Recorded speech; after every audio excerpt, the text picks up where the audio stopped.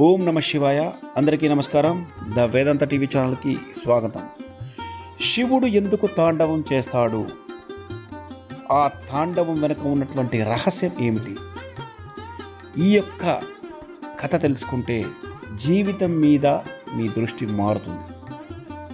పూర్వకాలంలో ధారుకావనం అనే ఒక అరణ్యంలో కొంతమంది మహర్షులు తపస్సు చేస్తూ ఉండేవాళ్ళు. ఈ యొక్క ఋషులకు ఒక అహంకారం ఏర్పడింది. ఆ అహంకారం ఏంటంటే, ప్రపంచం మొత్తం కూడా మా యొక్క తపస్సు, మా యొక్క యజ్ఞం వలనే ఉంది, మనమే దేవుళ్ళ కంటే గొప్పవాళ్ళు అనే అహంకారం ఏర్పడింది. పరమేశ్వరుడు వీళ్ళకు ఒక పరీక్ష పెడతాడు. వీళ్ళు పరమాత్ముడి కంటే గొప్పవాళ్ళు అనే అహంకారాన్ని ఎలా తగ్గించాలనే ఉద్దేశంతో పరమేశ్వరుడు ఒక యువ యోగి రూపంలో ఆ ఋషుల దగ్గరికి వస్తారు. ఈ రూపాన్ని చూసినటువంటి ఋషుల యొక్క భార్యలు మహాశివుణ్ణి చూసి ఆకర్షణకు లోనవుతారు. ఇక ఋషులకు విపరీతమైనటువంటి కోపం వస్తుంది. వెంటనే వాళ్ళ యొక్క యజ్ఞఫలం అంతా కూడా, వాళ్ళ దగ్గర ఉన్నటువంటి అపారమైన శక్తులన్నీ కూడా పరమేశ్వరుడిపై ప్రయోగిస్తారు. ఈ శక్తివంతమైన యజ్ఞశక్తులను ఉపయోగించి మొట్టమొదటిసారిగా ఒక సర్పాన్ని మహాశివుడి దగ్గరికి పంపిస్తారు. కానీ పరమేశ్వరుడు ఆ యొక్క సర్పాన్ని తన యొక్క మెడలో ధారణగా ధరిస్తారు. తరువాత ఒక పులిని పంపిస్తారు.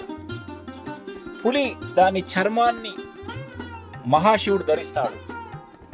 రాక్షసుడుగా పంపిస్తాడు. శివుడు అతనిపై కాలు వేసి నిలబడతాడు. ఇక ఇదంతా అయిన తర్వాత మహాశివుడు భయంకరమైనటువంటి తాండవం చేయడం మొదలు పెడతాడు. ఆ నాట్యం చూసినటువంటి ఋషులు తమ తప్పుకు అర్థం చేసుకుంటారు. పరమశివుడే మన దగ్గరికి వచ్చారు అని.